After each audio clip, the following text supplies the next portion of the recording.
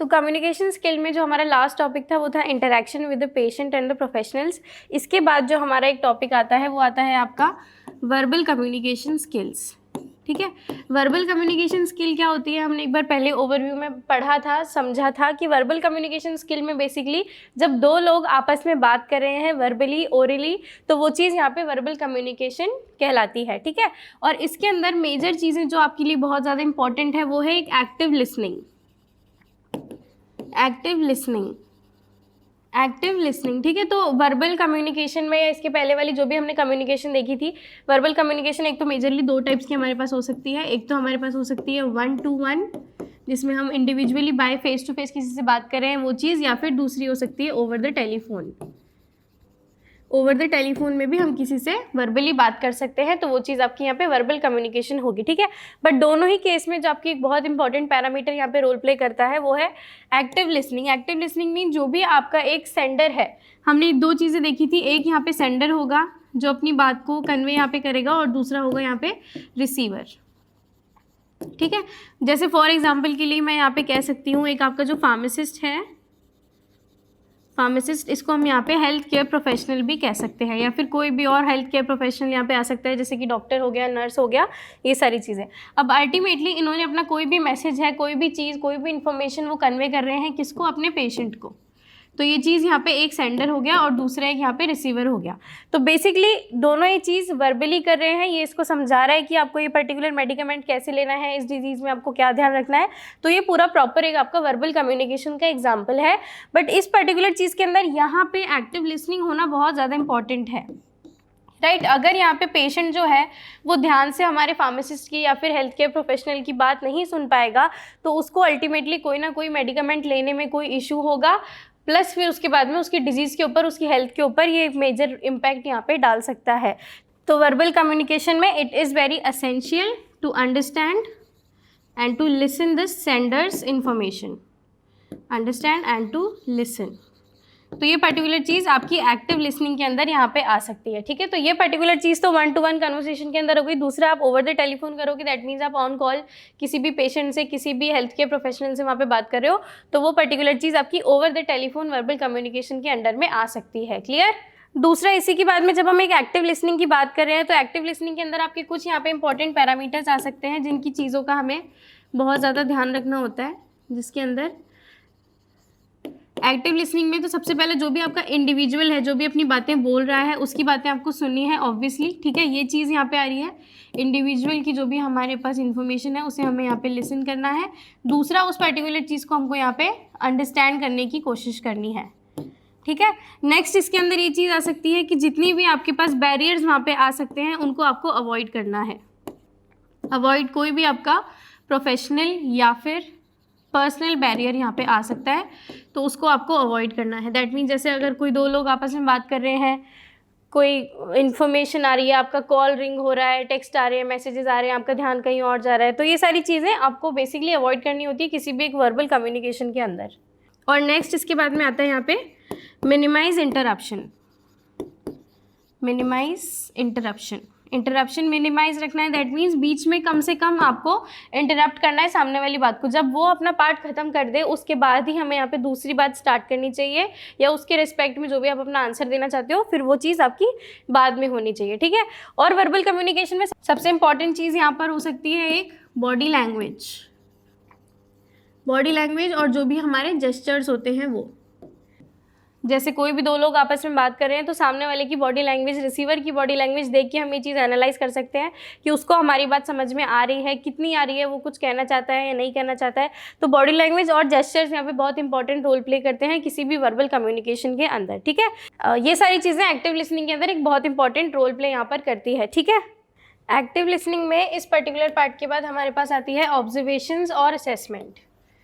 Observation and assessment कि जब कोई भी वर्बल कम्युनिकेशन को अगर हमें यहाँ पे इफेक्टिव बनाना है तो उसके लिए क्या चीज़ें इंपॉर्टेंट है। ऑब्वियसली जो भी 2-वे कॉन्वर्सेशन होगी वो यहाँ पर एक इम्पॉर्टेंट रोल प्ले करती है।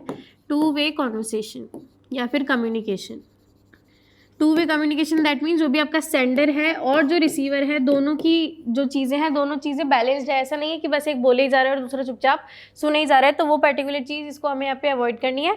दूसरा, टू वे कॉन्वर्जेशन हमारे पास किस तरीके से अचीव हो सकती है, एक तो जब हम सामने वाले पर्सन को अच्छे से ऑब्जर्व करेंगे तब, और एक जब हम उसकी असेसमेंट कर सकते हैं तब।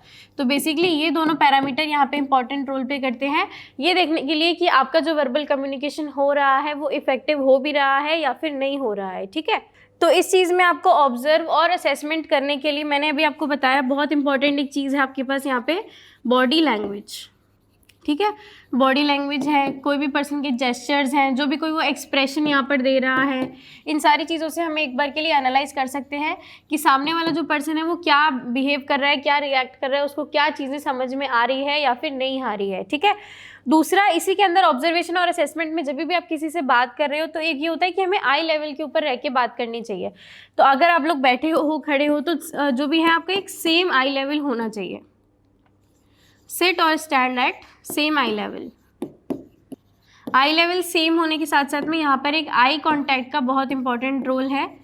आई कांटेक्ट भी यहाँ पे मैंडेटरी है जब भी हम किसी से बात कर रहे हैं। ऐसा लगता है कि जब हम आई कांटेक्ट से अगर हम छूट रहे हैं तो बेसिकली कम्युनिकेशन में कोई ना कोई लैक हो रही है और वो अल्टीमेटली फिर आपका एक इफेक्टिव कॉन्वर्सेशन नहीं बनाएगा। टू वे इफेक्टिव कॉन्वर्सेशन वो चीज़ यहाँ पर फिर नहीं बन सकती है। ठीक है, नेक्स्ट, इसके बाद में जो भी आपके पर्सन है, सेंडर है, रिसीवर है, जो भी है, तो उसकी बॉडी पॉस्चर्स को आपने ध्यान देना है। जो भी जिस भी तरीके से जिस भी पोज में आप बैठ के बात कर रहे हो वो पॉस्चर यहाँ पे इंपॉर्टेंट रोल प्ले करता है। किस तरीके से आप उसकी बातों को सुन रहे हो, लिसन कर रहे हो, अंडरस्टैंड कर रहे हो, ये चीज़ें यहाँ पे इंपॉर्टेंट है। दूसरा, कितनी आप यहाँ पे अटेंटिवनेस शो कर रहे हो, अटेंटिव आप यहाँ पर कितना हो। ठीक है, नेक्स्ट, इसके बाद में जो हमने देखा जो भी आपकी एक नॉन वर्बल कम्युनिकेशन है, हम अभी तक तो ये देख रहे हैं कि वर्बल कम्युनिकेशन, जब वर्बल कम्युनिकेशन में दो लोगों ने आपस में बात की, एक ने बोला, दूसरे ने सुना, चीज़ें कम्युनिकेट हुई हैं, शेयर हो रही है। उसके बाद में एक चीज़ आपके पास आ रही नॉन वर्बल कम्युनिकेशन। तो ये जो मैंने आपको पार्ट बताया, बॉडी लैंग्वेज, जेस्चर्स, एक्सप्रेशंस, इसमें कोई कुछ बोल नहीं रहा है, स्पीकिंग इसके अंदर इन्वॉल्व नहीं हो रही है, तो ये पर्टिकुलर चीज़ आपकी नॉन वर्बल कम्युनिकेशन के अंदर यहाँ पे आ सकती है। ठीक है, तो जब भी कोई भी वर्बल कम्युनिकेशन हो रही है, जब आप उसकी ऑब्जर्वेशन कर रहे हो, आप उसकी असेसमेंट कर रहे हो, तो वहाँ पे नॉन वर्बल कम्युनिकेशन के ऊपर या फिर नॉन वर्बल जो भी उसके साइंस हैं उसके ऊपर ध्यान देना बहुत ज़्यादा इंपॉर्टेंट है। बट ये चीज़ ऑलवेज एक्यूरेट नहीं होती कि नॉन वर्बल कम्युनिकेशन में जैसे अगर किसी पर्सन का हाथ अगर इस तरीके से है, वो कुछ ऐसे कर रहा है, दैट मीन्स वो नर्वस हो रहा है, ये चीज़ है तो वो कॉन्फिडेंट है। ये सारी चीज़ें जेस्चर्स होती हैं, बॉडी लैंग्वेज होती है। आई कांटेक्ट अगर वो रख रहा है तो अच्छी बात है, अवॉइड कर रहा है तो कहीं ना कहीं कोई प्रॉब्लम है, कोई चीज़ की लैक है, कमी है। तो ये सारी चीज़ें नॉन वर्बल कम्युनिकेशन के अंदर आती है।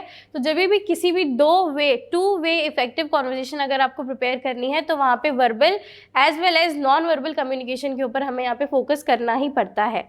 ठीक है, तो ये आपकी कुछ वर्बल कम्युनिकेशन के अंदर एक्टिव लिसनिंग हमने देखी। दूसरा, उसके बाद में इसके अंदर जो भी ऑब्जर्वेशन और असेसमेंट आपको देखनी थी वो चीज़ हमने यहाँ पर देखी है। ठीक है, अब हम नेक्स्ट यहाँ पे बात करते हैं बैरियर्स टू वर्बल कम्युनिकेशन। जो भी आपकी वर्बल कम्युनिकेशन है उसके अंदर क्या क्या बैरियर्स यहाँ पे आ सकते हैं। Barriers to verbal communication, barriers to verbal communication में आपके पास दो इंपॉर्टेंट बैरियर यहाँ पे आ सकते हैं, जिसके अंदर सबसे पहला आपके पास है physical barrier, physical barrier, and next is lack of privacy, lack of privacy. तो बेसिकली फिजिकल बैरियर की अगर हम बात करते हैं तो फिजिकल बैरियर में बेसिकली जब दो लोग आपस में बात करें तो उनके बीच में किसी भी तरीके का फिजिकल बैरियर आना, वो चीज़ इस कैटेगरी के अंडर में आएगी। जैसे हम यहाँ पे बात करते हैं किसी भी एक तो फार्मासिस्ट की और दूसरा उसके पेशेंट के बीच के कोई भी अगर फिजिकल बैरियर आएगा तो वो क्या क्या आ सकता है। ठीक है, जैसे अगर आप किसी भी स्टोर के ऊपर गए हो, फार्मेसी ड्रग स्टोर के ऊपर आप गए हो, यहाँ पे एक हमारा पेशेंट है, ठीक है, यहाँ पे एक आपके पास डेस्क लगी है जो भी आपकी काउंटर टेबल होती है फार्मेसी की, ड्रग स्टोर की, और इस तरफ फिर आपका यहाँ पे फार्मासिस्ट है। ठीक है, तो ये चीज़ यहाँ पे एक बैरियर यहाँ पे क्रिएट कर सकती है कि जो भी काउंटर टेबल है, काउंटर टॉप है, ये चीज़ बहुत ज़्यादा बड़ी है, आप अच्छे से यहाँ पे कम्युनिकेट नहीं कर पा रहे हो, तो ये पर्टिकुलर चीज़ आपके फिजिकल बैरियर के अंदर आ सकती है। तो इसके अंदर जैसे हम यहाँ पे लिख सकते हैं कि सबसे पहला जो भी आपका काउंटर टॉप है, ये आपका फिजिकल बैरियर के अंदर आ सकता है। नेक्स्ट इसके बाद में यहाँ पे क्या हो सकता है, आपने देखा होगा किसी ड्रग स्टोर में जब आप बात कर रहे हो तो एक पूरी शील्ड बनी हुई है, ग्लास की पूरी शील्ड बनी हुई है, उसके अंदर एक छोटी सी ओपनिंग है, वहाँ से आप बात कर रहे हो, तो वहाँ से आप अच्छे से अपना मैसेज भी कन्वे नहीं कर पा रहे, आपको सुनने में प्रॉब्लम हो रही है या उसको बोलने में प्रॉब्लम हो रही है, उसको सुनने में प्रॉब्लम हो रही है, इवन जब आप कोई ड्रग को डिस्पेंस कर रहे हो तो भी वो चीज़ अच्छे से नहीं हो पा रही है, तो वो चीज़ यहाँ पर एक फिजिकल बैरियर का एक और कॉज यहाँ पे हो सकती है। जैसे कि आपका कोई भी ग्लास विंडो है, ये हम यहाँ पे लिख सकते हैं, ग्लास विंडो की वजह से कोई भी फिजिकल बैरियर यहाँ पे हो सकता है। नेक्स्ट इसके बाद में यहाँ पे जो भी ड्राइव थ्रू विंडोज़ होती है, ड्राइव थ्रू विंडोज़ हमने देखा है, जो भी एक ग्लास का ऐसे चैम्बर बना होता है, यहाँ पे एक छोटी सी ओपनिंग होती है, यहाँ से आप अपना प्रिस्क्रिप्शन पास करते हो या फिर जो भी मेडिकामेंट ले रहे हो, तो ये पूरी चीज़ आपकी ग्लास से पैक्ड है, तो अल्टीमेटली फार्मासिस्ट और पेशेंट के बीच में कुछ ना कुछ यहाँ पे बैरियर आ रहा है, ठीक है, तो वो चीज़ आपकी फिजिकल बैरियर के अंदर आ सकती है। दूसरा हम बात करते हैं यहाँ पे लैक ऑफ प्राइवेसी की। तो लैक ऑफ प्राइवेसी के अंदर जैसे आपको कोई भी पेशेंट है, पेशेंट और जो फार्मासिस्ट है या कोई भी डॉक्टर है, हेल्थ केयर प्रोफेशनल है, तो उनके बीच में बहुत सारी कॉन्फिडेंशियल चीज़ें, कॉन्फिडेंशियल इन्फॉर्मेशन वहाँ पे शेयर होती है, तो वो चीज़ डिस्क्लोज नहीं होनी चाहिए, वो चीज़ यहाँ पे लैक ऑफ प्राइवेसी के अंदर आ रही है। अगर वो चीज़ डिस्क्लोज हो रही है, कोई उसको जान पा रहा है, तो वो चीज़ आपकी प्राइवेसी के ऊपर, वहाँ पे पेशेंट की प्राइवेसी के ऊपर इफेक्ट डाल रही है, ठीक है। तो इस चीज़ को अवॉइड करने के लिए हमें क्या करना चाहिए, जो भी आपके पास पेशेंट की डिटेल्स है, पेशेंट की डिटेल्स हैं, इन्फॉर्मेशंस हैं, उसे हमें ओपनली शेयर नहीं करना चाहिए। ओपनली शेयर एज इन, जैसे अगर हम कहीं बाहर गए हैं, किसी मॉल्स में, रेस्टोरेंट्स में, कैफेटेरियाज़ में, यहाँ पर भी अगर हम कोई चीज़ ऐसे डिस्कस कर रहे हैं, कोई सीवियर केस है जो हम डिस्कस कर रहे हैं, तो वो चीज़ नहीं करनी चाहिए। भले ही आसपास के लोग उस पेशेंट के बारे में कुछ नहीं जानते, बट स्टिल वहाँ पे उस पेशेंट की प्राइवेसी रिलीज़ हो रही है, लीक हो रही है, तो ये चीज़ अवॉइड करनी चाहिए, ये चीज़ हमारे पास नहीं होनी चाहिए, ठीक है। और इसके बाद में आपका कुछ कभी कभार पेशेंट का कुछ बहुत स्पेसिफिक डेटा होता है जो आपको किसी को भी नहीं बताना चाहिए, तो वो स्पेसिफिक डेटा को भी हमें यहाँ पे कहीं पे भी डिस्क्लोज नहीं करना चाहिए। बस पेशेंट है तो पेशेंट से ही बात करो। पेशेंट में भी फैमिली से अगर हम बात कर रहे हैं, फैमिली से, फ्रेंड से, तो एक सिलेक्टेड पर्सन से ही आप बात करो। अगर बहुत ज़्यादा स्पेसिफिक डेटा है, आप नहीं चाहते कि पूरी फैमिली में वो चीज़ डिस्क्लोज हो, या पेशेंट खुद भी नहीं चाहता कि फैमिली में डिस्क्लोज हो, तो उस केस में हमें मिनिमम सिर्फ एक ही इंसान को वो सारा डेटा शेयर करना चाहिए। वो पेशेंट खुद भी हो सकता है या फिर उसका कोई अटेंडी है तो वो भी हो सकता है, ठीक है। दूसरा, ये तो हमारे पास आउट पेशेंट की बात हो गई। जब हम इन पेशेंट की बात करते हैं, हम जानते हैं आउट पेशेंट और इन पेशेंट में पहला तो एक डिफरेंस है कि आउट पेशेंट्स क्या होते हैं, वो आते हैं हॉस्पिटल, ठीक है, उन्होंने अपना प्रिस्क्रिप्शन लिया, डॉक्टर को दिखाया, दवाई ली और अपने घर चले गए, वो आपके आउट पेशेंट है। इन पेशेंट आपके क्या होते हैं, जो आते हैं और जो वहाँ पे एडमिट रह जाते हैं कुछ भी टाइम के लिए, अगर वो एडमिट हो रहे हैं तो वो पेशेंट्स आपके इन पेशेंट यहाँ पे कहलाते हैं, ओके। तो इन पेशेंट की जब हम बात करें तो इन पेशेंट में आप जानते हो कि एक ही रूम में आपके नंबर ऑफ बेड्स होते हैं, तो नंबर ऑफ बेड्स में जैसे मान लो 3+ बेड का अगर वहाँ पे कोई भी रूम है, तो उस रूम के अंदर बहुत सारे बेड्स हैं, मैं बात करती हूँ 4 बेड है, ठीक है, तो 4 पेशेंट मेरे पास है। 4 पेशेंट बिल्कुल सेम तो नहीं हो सकते, सबकी मेडिकल हिस्ट्री अलग है, सबकी बातें अलग है, सबका जो डेटा है वो सबका डिफरेंट है। तो अगर मैं किसी एक पर्टिकुलर पेशेंट को वो चीज़ बता रही हूँ, तो वो डिस्क्लोज होने का बहुत ज़्यादा चांस रहता है टू दी अदर पेशेंट, और फिर एक से दूसरे पे जा रहा है तो दूसरे से और 20 तक जाने में उसको टाइम नहीं लगता। तो इस केस में हमें इन चीज़ों को अवॉइड करना चाहिए। पेशेंट को, हेल्थ केयर प्रोफेशनल को, सबको पता होना चाहिए कि ये इसका स्पेसिफिक डेटा है, ये हमें रिलीज़ नहीं करना है, इसको रिवील हमको नहीं करना है, तो वो चीज़ आप प्राइवेटली करें, ठीक है। जैसे हम पेशेंट काउंसलिंग करते हैं तो बेसिकली वही इसके अंदर इन्वॉल्व होनी चाहिए। पेशेंट काउंसलिंग यहाँ पे एक बहुत इंपॉर्टेंट पैरामीटर है। पेशेंट काउंसलिंग के अंदर जो भी हम पेशेंट से बात करें वो 1-to-1 बात होती है, उसके अंदर एक प्राइवेट स्पेस होता है, तो पेशेंट का जो भी डेटा है वो किसी और के पास वहाँ पे नहीं जा सकता, तो ये चीज़ आपकी पेशेंट काउंसलिंग के अंदर आती है। और अगर कहीं पे आपका पेशेंट काउंसलिंग का ऐसा कोई प्राइवेट स्पेस नहीं है, तो हमें जो भी हमारा पेशेंट है जिसके साथ हमें काउंसलिंग करनी है, उसको हमें अलग लेकर जाना है, उस भीड़ के साथ में उससे बात नहीं करनी है। ना कोई कैश काउंटर होना चाहिए, ना कोई मेडिकल काउंटर होना चाहिए उसके आसपास, बस वो एक प्राइवेट स्पेस रहे, फार्मासिस्ट और जो भी आपका पेशेंट है उनके बीच में वो बात होनी चाहिए। तो वहाँ पे उन सारी चीज़ों का ध्यान रखना चाहिए just to maintain the privacy, ठीक है। अदरवाइज यहाँ पे लैक ऑफ प्राइवेसी होगी तो वो आपकी वर्बल कम्युनिकेशन के अंदर एक बैरियर का रोल प्ले यहाँ पे कर सकती है, ओके। तो 1-to-1 कम्युनिकेशन के बाद में हमारे पास नेक्स्ट वर्बल कम्युनिकेशन आता है ओवर द टेलीफोन। सेकंड जिसको हमने देखा था ओवर द टेलीफोन, पहला वाला कम्युनिकेशन हमने देखा 1 to 1 कम्युनिकेशन, जिसके अंदर इंडिविजुअली एक और दूसरा आपस में बात कर रहे थे। इसके अंदर ओवर द टेलीफोन आप बात करोगे, हम सब जानते हैं, हम सब टेलीफोन के ऊपर बात करते हैं, तो वही कॉन्वर्जेशन यहाँ पे वर्बल कम्युनिकेशन का ये पार्ट है, ठीक है। अब टेलीफोन से हम बात करें तो ऑब्वियसली बहुत इंपॉर्टेंट इसके अंदर क्या है, टेलीफोन।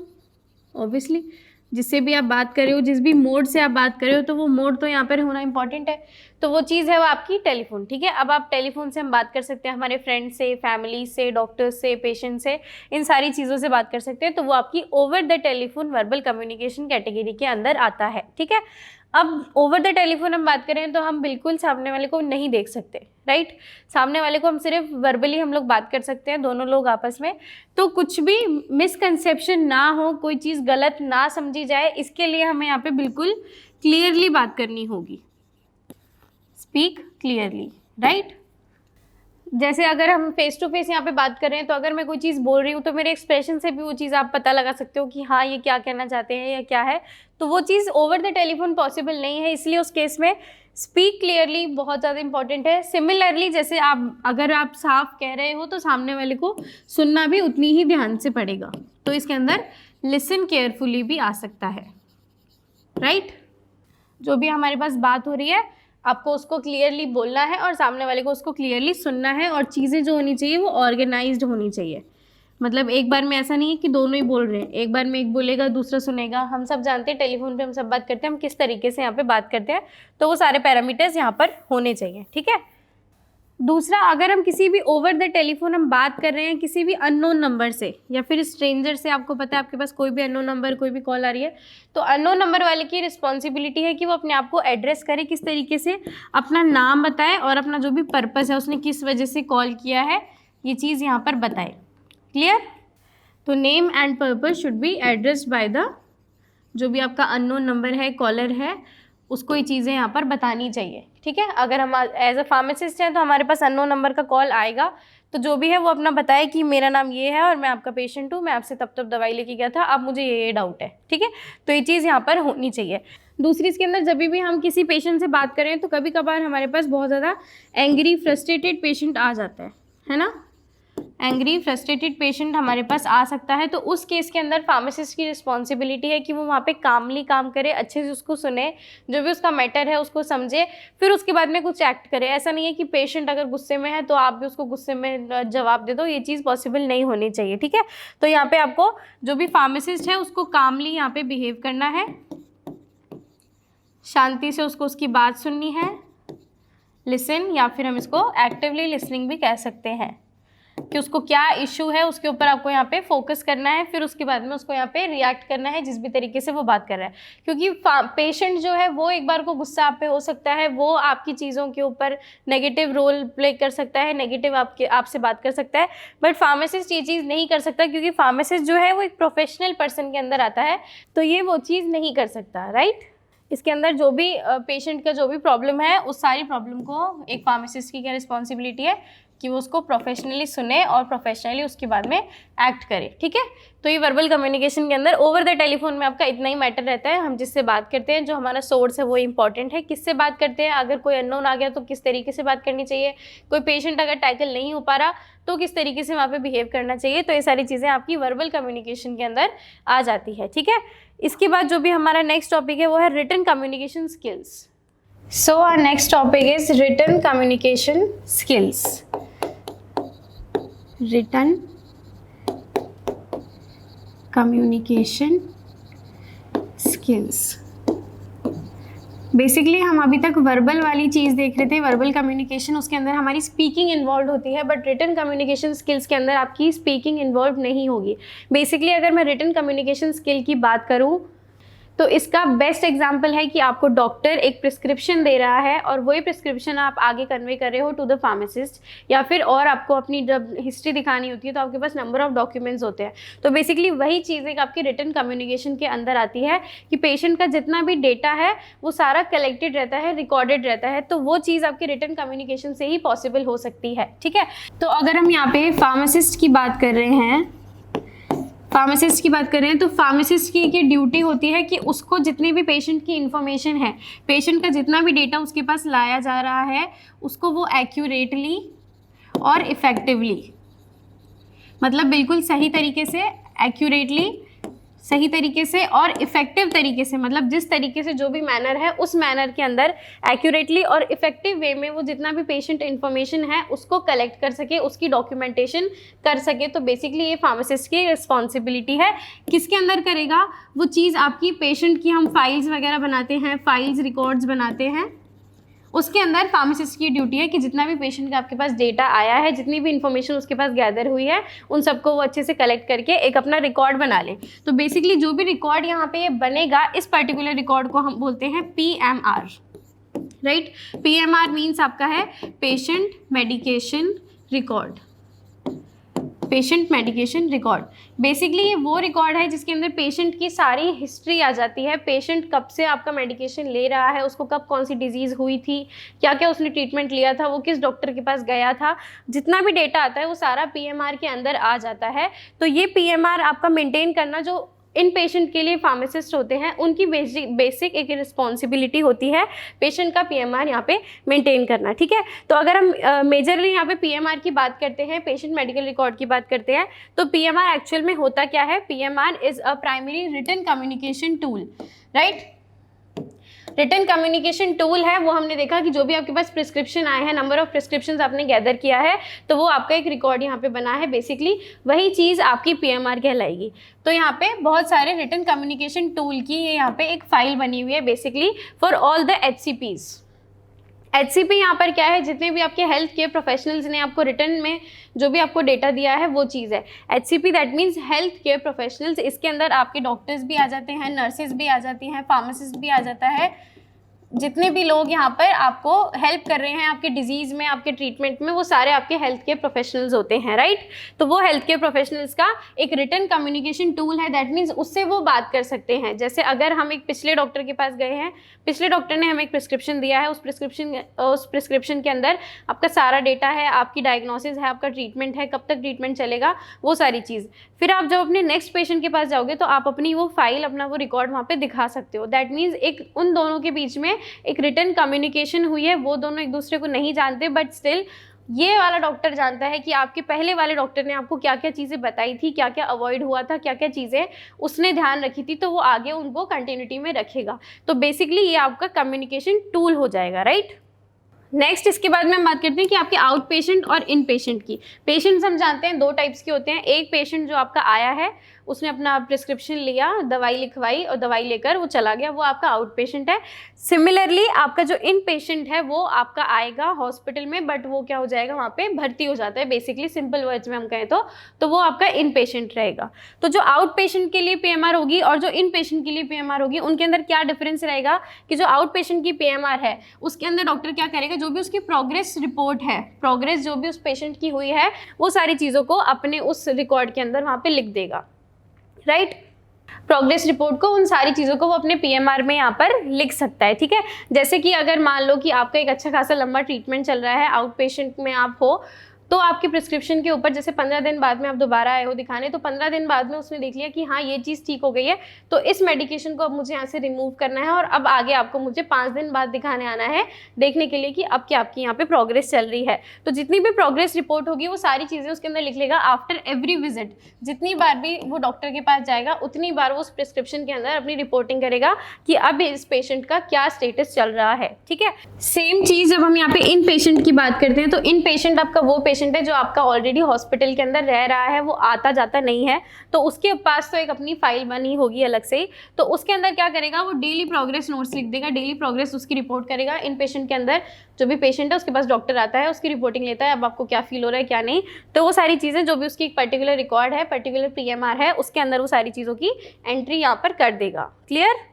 नेक्स्ट इसके बाद हम बात करते हैं कि HCP जो है, HCP आपका क्या करेगा, दैट मीन्स जो हेल्थ केयर प्रोफेशनल है, वो जो भी डेटा आपके पास लिख रहा है, जितनी भी पेशेंट इन्फॉर्मेशन वो यहाँ पे लिख रहा है, जिनकी वो डॉक्यूमेंटिंग कर रहा है, डॉक्यूमेंटिंग करना दैट मीन्स उसको बेसिकली प्रिस्क्राइब करना, लिखना, तो जो भी तरीका होगा वो उसका लीगल होना चाहिए, एथिकल होना चाहिए, ऑथेंटिक और प्रोफेशनल होना चाहिए।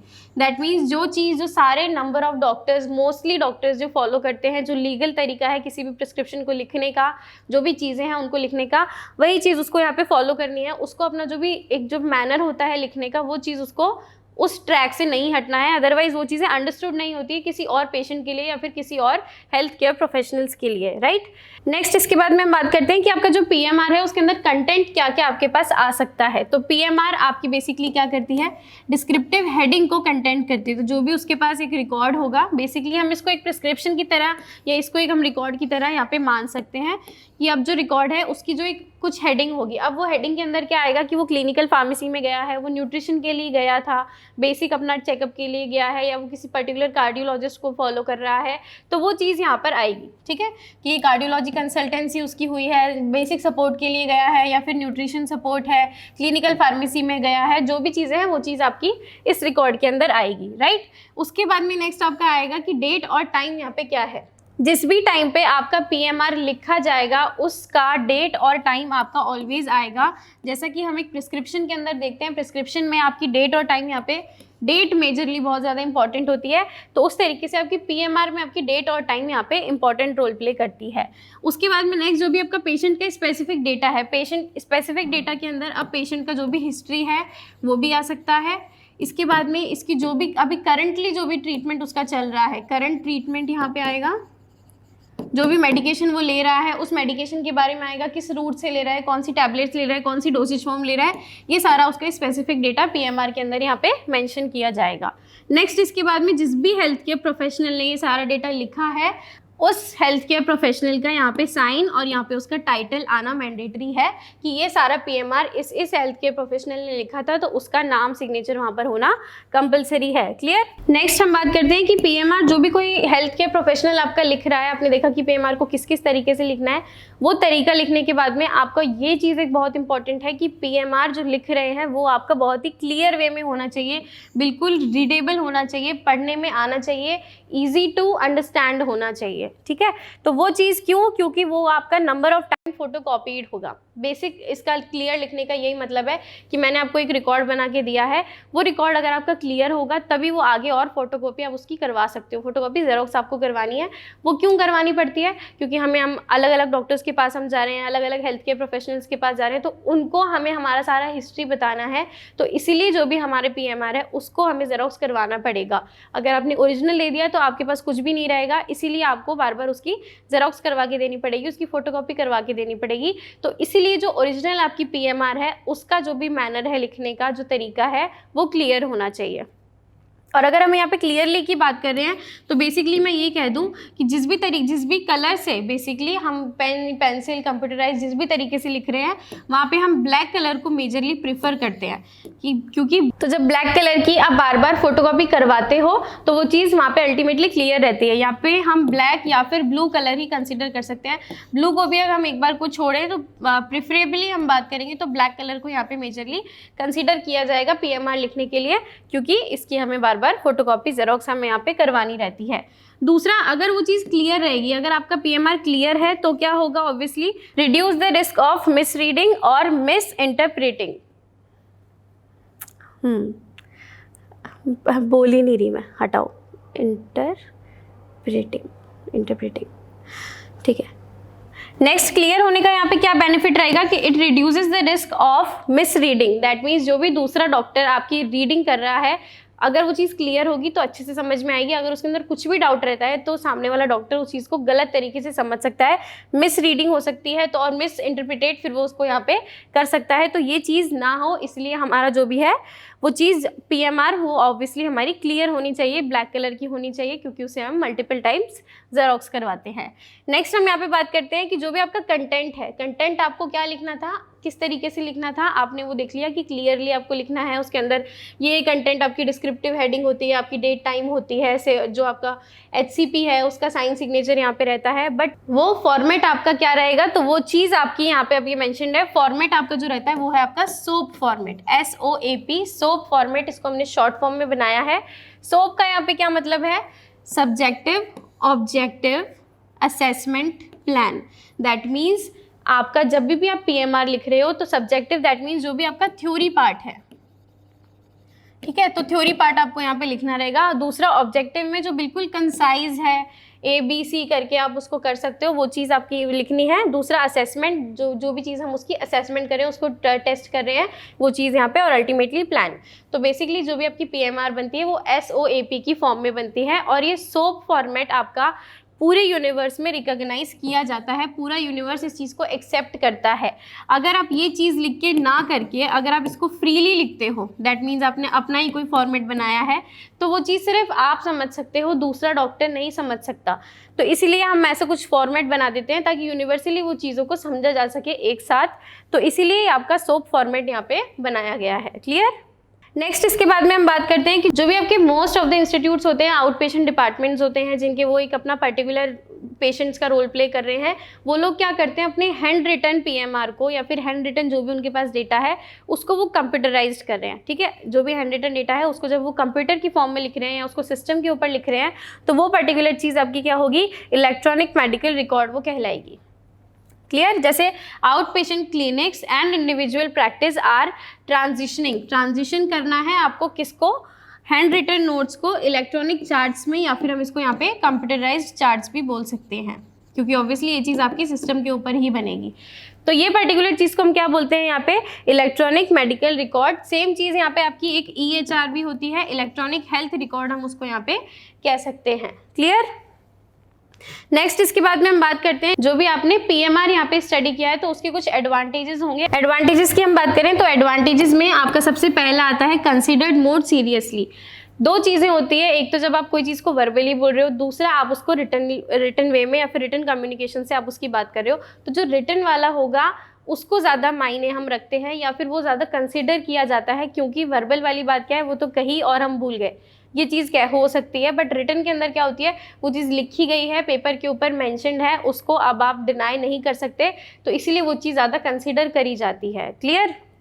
जैसे अगर हम सिंपल एक एग्जांपल की बात कर लेते हैं, तो अगर आपको किसी ने वर्बली कहा कि मेरे साथ ऐसा ऐसा हुआ, या फिर एक ऑथेंटिक ऑफिशियल चीज़ में आपने कहा कि हाँ मैं आपका ये पर्टिकुलर काम करवा दूंगा, नेक्स्ट टाइम जब आप उसके पास गए तो उसने डिनाई कर दिया कि नहीं मैंने तो ऐसा कुछ नहीं कहा था, फिर आप वहाँ पे कुछ भी नहीं कर सकते, आप हेल्पलेस हो जाते हो। सेम चीज़ अगर आप नेक्स्ट कंसर्न के अंदर देखोगे रिटन कम्युनिकेशन में, तो उसके अंदर क्या होगा, अब वो चीज़ अगर आपको रिटन में देगा कि हाँ आई एश्योर यू कि मैं आपका ये काम करवा सकता हूँ और मैं करवा दूंगा, तब आप उसके पास जाके रिटन उसको अपना पेपर दिखा सकते हो कि देखो आपने मुझे एग्री किया था, आपका जो भी एग्रीमेंट था ये वो है, तो वहाँ पे वो चीज़ को वो डिनाई नहीं कर सकता। इसीलिए जब कोई चीज़ वर्बल और रिटन की बात आती है तो रिटन को ऑलवेज कंसिडर किया जाता है over the verbal communication. Clear?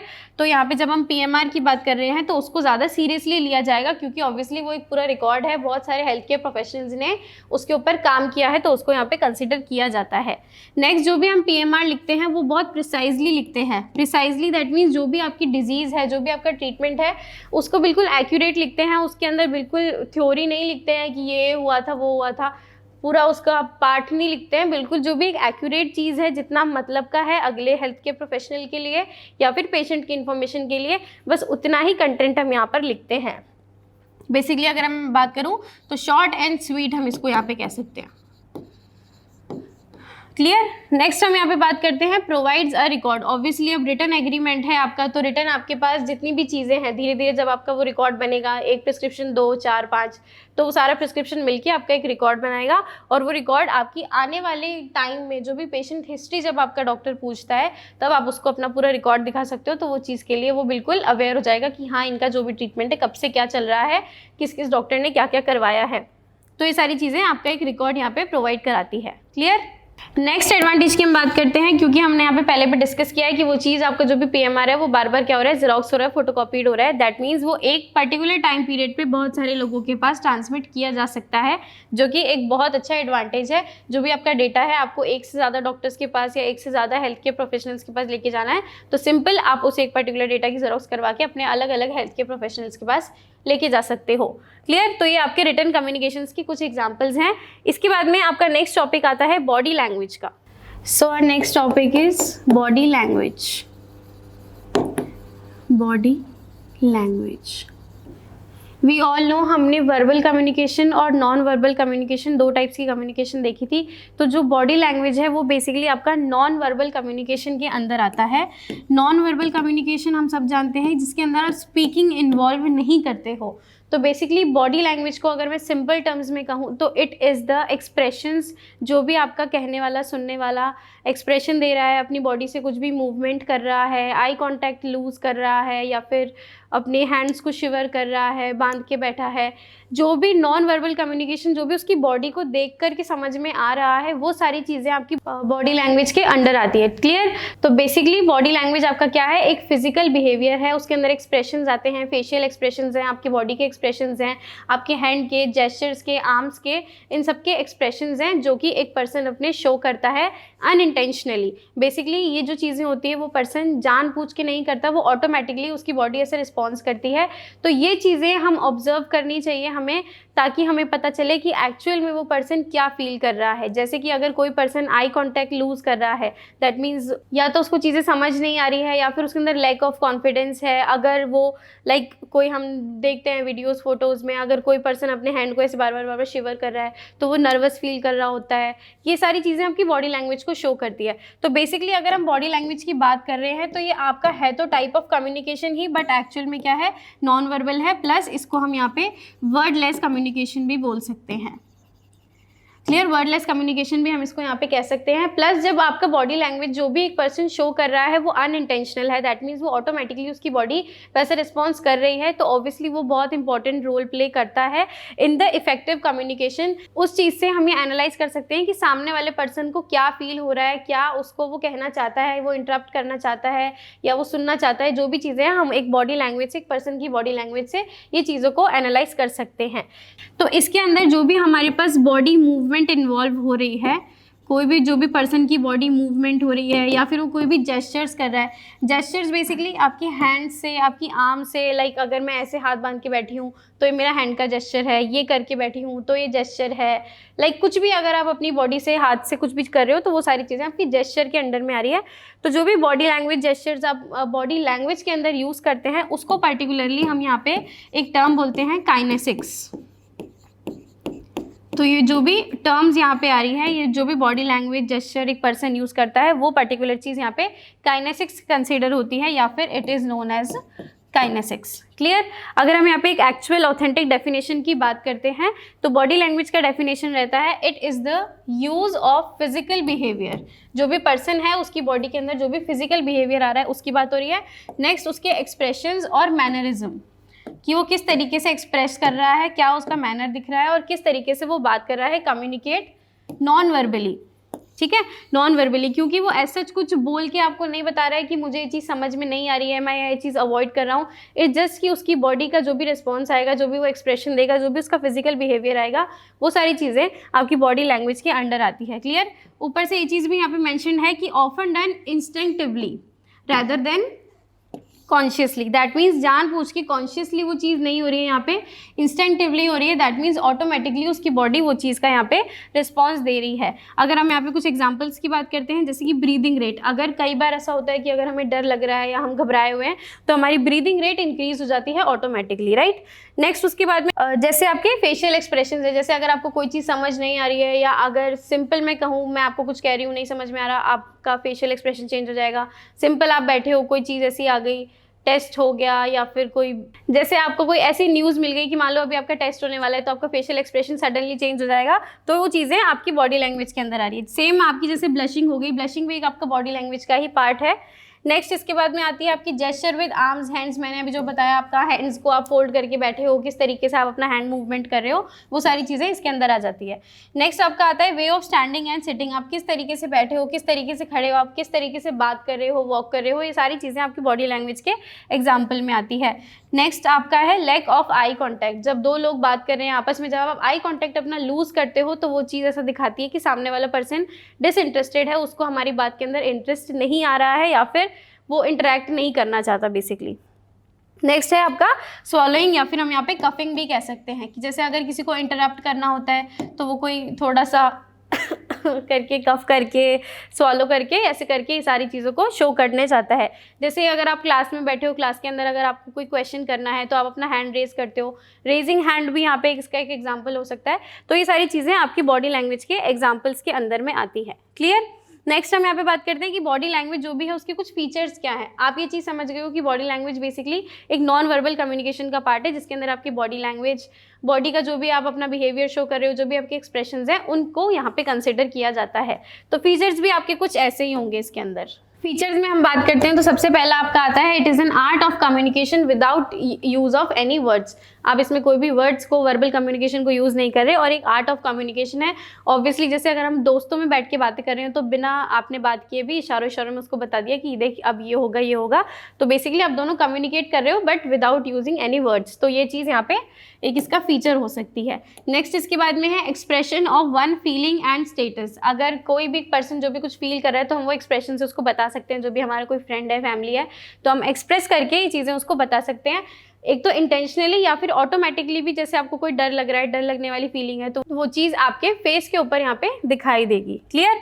Next हम यहाँ पे बात करते हैं इन्वॉल्व्स यूज ऑफ। इसके अंदर हम आईज, जैसे हमने कहा आई कांटेक्ट आप कर रहे हो, हेड की बात हो रही है। हेड दैट मीन्स अगर हम कुछ बात कर रहे हैं आपस में तो हम ये नॉडिंग करते हैं, दैट मीन्स कि हाँ आप जो कह रहे हो हमें वो समझ आ रहा है। नेक्स्ट आपका फेस है, जो भी आपका फेशियल एक्सप्रेशन बताएगा वो चीज़। जेस्चर, जो कि आपके हैंड के, आर्म्स के जो भी जेस्चर्स यहाँ पे आएंगे उसकी बात हो रही है। नेक्स्ट हम यहाँ पे बात करते हैं it is the most popular means of communication. Obviously non verbal है, बिना बोले आप किसी से बात कर रहे हो, और अगर आपका कोई फैमिली है, फ्रेंड है, कोई नोन पर्सन है, तो उसके साथ तो आपको बात करने की ज़रूरत ही नहीं है। जैसे हम एग्जाम हॉल में करते हैं, एग्जाम हॉल में एक दूसरे को कफिंग वगैरह करके, इशारा करके बुलाते हैं, फिर उससे इशारे में क्वेश्चन पूछते हैं। तो वो सारी चीज़ें आपकी इसके अंदर आ रही है most popular means of communication में।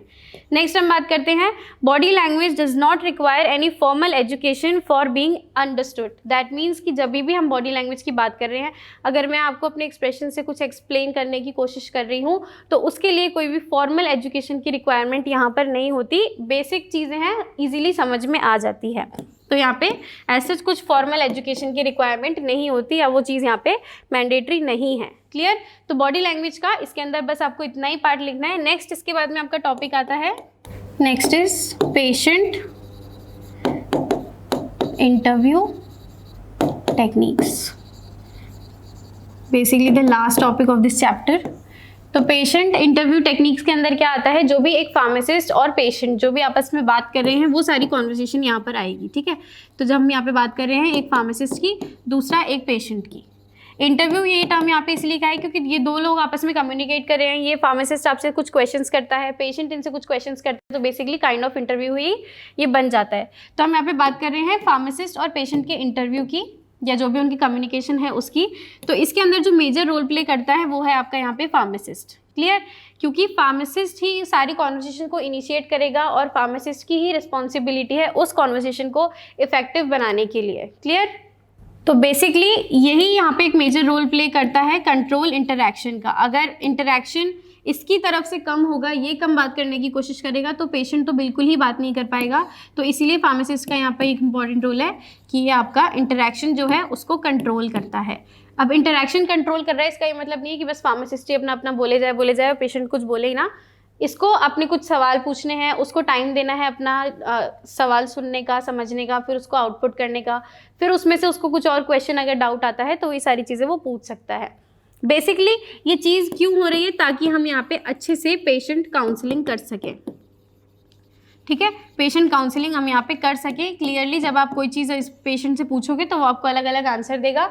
और बेसिकली जब pharmacist number of variety of the patients के साथ में बात करता है तो वो वहाँ पे एक बहुत अच्छा खासा एक्सपीरियंस गेन करता है।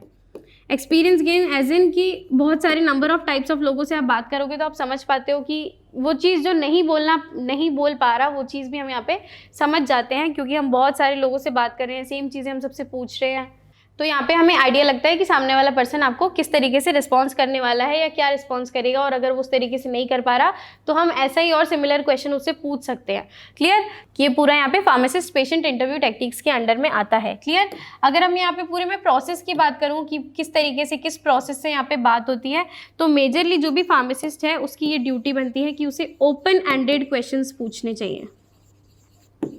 Open ended question, open ended question that means, अब ओपन एंडेड क्वेश्चन जब कोई भी फार्मासिस्ट अपने पेशेंट से पूछेगा तो उसके अंदर क्या होगा, जो भी आपका पेशेंट है वो फ्रीली यहाँ पे रिप्लाई दे सकता है। दैट मीन्स आप उसको जितना बोलोगे, जितना आप उसे ओपन एंडेड क्वेश्चन करोगे, उतना वो यहाँ पे फ्रीली रिस्पॉन्स करेगा।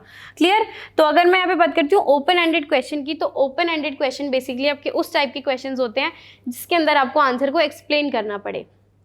जैसे अगर मैं पूछती हूँ कि आप अपने डायबिटीज़ के लिए किस किस टाइप की टैबलेट्स अपनी ले रहे हैं, दैट मीन्स इसके अंदर वो बताएगा कि हाँ मैंने ये लिया है, मैं कभी कभी इंसुलिन भी लेता हूँ, ये टैबलेट्स लेता हूँ, खाने से पहले लेता हूँ, खाने के बीच में लेता हूँ, ऐसे ऐसे वो आपको एक्सप्लेन करेगा। तो वो चीज़ आपकी ओपन एंडेड क्वेश्चन होगी।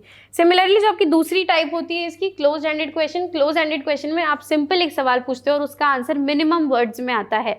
जैसे कि आप अपनी डायबिटीज़ की कोई मेडिकेशन लेते हो तो वो कहेगा या तो हाँ या तो ना। वो चीज़ आपकी क्लोज एंडेड क्वेश्चन है। और ओपन एंडेड क्वेश्चन में आपके पेशेंट जो है उसको डिटेल में एक्सप्लेन करने के लिए कहा जाता है। दैट मीन्स वो क्वेश्चन ही आपका इस तरीके से होगा कि उसमें जो पेशेंट है वो ज़्यादा से ज़्यादा इन्वॉल्व हो सके, ज़्यादा से ज़्यादा वो वहाँ पे फ्रीली बात कर सके, क्योंकि क्वेश्चन के ऊपर डिपेंड करता है। अगर मैं आपको सिंपल पूछ लूँ डायबिटीज़ की मेडिकेशन लेते हो तो आप कहोगे हाँ या ना। फिर मैं पूछ रही हूँ कि इसके अलावा अगर मैंने पूछा कि आपका डायबिटीज़ वाला डॉक्टर आपको क्या कहता है, वो आपको किस किस तरीके की दवाइयाँ देता है, तो आप उसमें और 2 लाइन ऐड ऑन करके अपना कुछ आंसर यहाँ पे दे सकते हो। तो इस पर्टिकुलर इंटरव्यू में यहाँ पे आपका ओपन एंडेड क्वेश्चन आस्क करना इज़ बेनिफिशियल, ताकि आपका पेशेंट जो है वो फ्रीली आपसे बात करेगा, तो आपको उसके बारे में और ज़्यादा जानने का मौका मिलेगा। नेक्स्ट इसके बाद में अगर हम ओपन एंडेड क्वेश्चन आपने पूछ लिया, ओपन एंडेड क्वेश्चन बस इतना ही नहीं कि उसने बस जो वर्बली आंसर दिया है आपको उतना ही ध्यान देना है। हम यहाँ पे बात कर रहे हैं नॉन वर्बल कम्युनिकेशन की भी, तो नॉन वर्बल इंकरेजमेंट भी यहाँ पे होना चाहिए, आपका भी और उसका भी। जैसे अगर आपको कोई पेशेंट अपना एक्सप्लेन कर रहा है आंसर, तो बेसिकली आपको उसको जो रिस्पांस देना है नॉन वर्बल कम्युनिकेशन में, या फिर हम जिसको बॉडी लैंग्वेज कह सकते हैं, उसके अंदर आपको पॉजिटिव रिस्पांस देना है, जिसको हम जैसे नॉडिंग कह सकते हैं, स्माइलिंग कह सकते हैं। जो भी वो रिस्पॉन्स कर रहा है उससे अच्छे से आई कॉन्टैक्ट कर सकते हैं। तो ये चीज़ यहाँ पे उसको पॉजिटिव फीडबैक देता है कि हाँ ये मेरी बात सुनने में इंटरेस्टेड है, ये बात मेरी समझ पा रहा है, ये चीज़ें। तो यहाँ पे नॉन वर्बल एनकरेजमेंट एक फार्मासिस्ट का होना चाहिए to their patients. Clear. Next इसके बाद में जब अगर आपने ओपन एंडेड क्वेश्चन जब पेशेंट से पूछा ही है, तो ऑब्वियसली आपको पेशेंट को यहाँ पे अपना रिक्वायर्ड टाइम देना होगा ताकि वो अपने आप को यहाँ पे एक्सप्लेन कर सके। दूसरा, आपको उसी में से यहाँ पे नंबर ऑफ क्वेश्चंस नहीं पूछने चाहिए, उस चीज़ को आपको यहाँ पे अवॉइड करना चाहिए। अवॉइड आस्किंग मल्टीपल क्वेश्चंस आपको यहाँ पे अवॉइड करने चाहिए। दूसरे या फिर जो भी ये यस नो के क्वेश्चंस होते हैं कि आपने डायबिटीज़ की मेडिकेशन ली या वो ली, तो इसको भी आपको यहाँ पे अवॉइड करना चाहिए, क्योंकि ये चीज़ आपको, अगर हम यस नो वाले क्वेश्चंस करते हैं, किसी पेशेंट से पूछ रहे हैं, तो वो स्क्रीनिंग के अंदर तो ईजी है। अगर हम कोई चीज़ को एनालाइज कर रहे हैं, टेस्ट कर रहे हैं कि ठीक है आपको डायबिटीज़ है, तो आप कहोगे कि हाँ डायबिटीज़ की मेडिकेशन लेते हैं। अगर मैं आपको पूछूँ डायबिटीज़ की मेडिकेशन लेते हैं, तो आप कहोगे हाँ, दैट मीन्स स्क्रीनिंग हो गई कि हाँ आपको डायबिटीज़ है। बट अगर यही चीज़ को मैं और डिटेल में पूछना चाहूँ तो मैं नहीं पूछ सकती, क्योंकि यहाँ पे क्वेश्चन ही मेरा हाँ और ना का था। तो यहाँ पे स्क्रीनिंग तो हो गई, बट यहाँ पे पेशेंट जो है उसने अपना फ्रीली एक्सप्लेन नहीं किया। यहाँ पर ये चीज़ क्या हो गई, इनहिबिट हो गई, पेशेंट अपना फ्रीली बात नहीं कर पाया। इसलिए इस टाइप के यस नो क्वेश्चंस हमें यूजुअली अवॉइड करने चाहिए। इससे बेटर अगर आप ओपन एंडेड क्वेश्चन पूछते हो तो ये दोनों चीज़ें उसके अंदर यहाँ पे कवर हो सकती हैं। क्लियर। दूसरा, हम इसके बाद में बात करते हैं, आपने पेशेंट को टाइम दिया, उसने अपना आंसर दिया, आपने उसको सुना, तो अल्टीमेटली क्या करना है, फार्मासिस्ट की ये ड्यूटी है कि जो भी उसके पास आउटपुट आया है, जो भी रिजल्ट आया है, उसको समराइज़ करे, उसको शॉर्ट फॉर्म में उसको बताए कि अच्छा अल्टीमेटली तो आप उस डॉक्टर के पास जाते थे और उसने आपको इतने इतने दिन के लिए ये दवाई दी थी। आपको आगे से ये चीज़ को समराइज़ करके पूछना है, फिर उसके अंदर वो यस नो का आंसर कंफर्म कर सकता है यहाँ पर। ठीक है। तो ये तरीके से आपको फार्मासिस्ट इंटरव्यू को आगे कैरी करना है। नेक्स्ट इसके बाद में जब फार्मासिस्ट इस चीज़ को समराइज़ कर देगा, आगे से उसको कंफर्मेशन मिल जाएगी, जो भी पेशेंट है वो कंफर्म कर देगा कि हाँ मेरा ये आंसर था।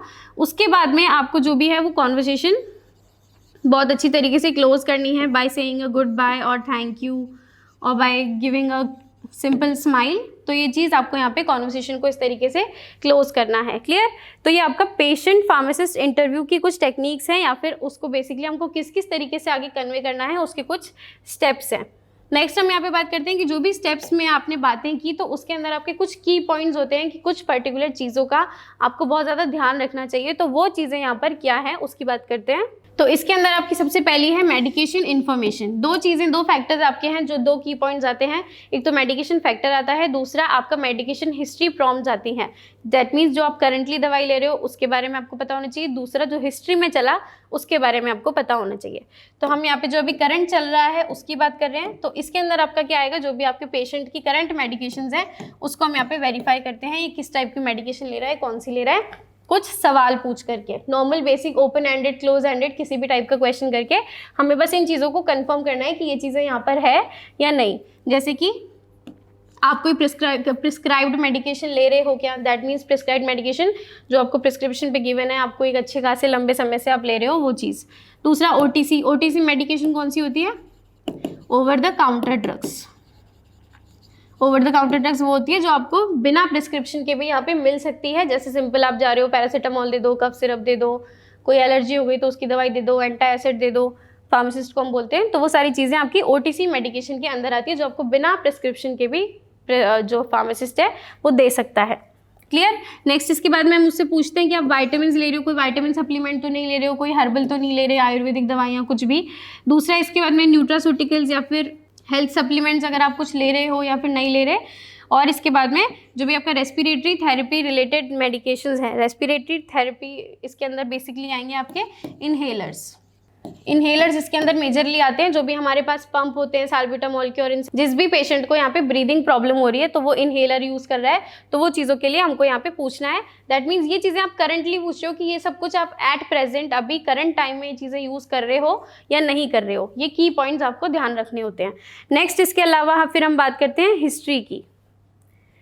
तो मेडिकेशन हिस्ट्री प्रॉम्प्ट्स में आपके क्या क्वेश्चन आते हैं। यहाँ पे प्रॉम्प्ट्स का बेसिक मीनिंग ये है कि आपको ये चीज़ें इमीडिएटली पूछनी है, तुरंत।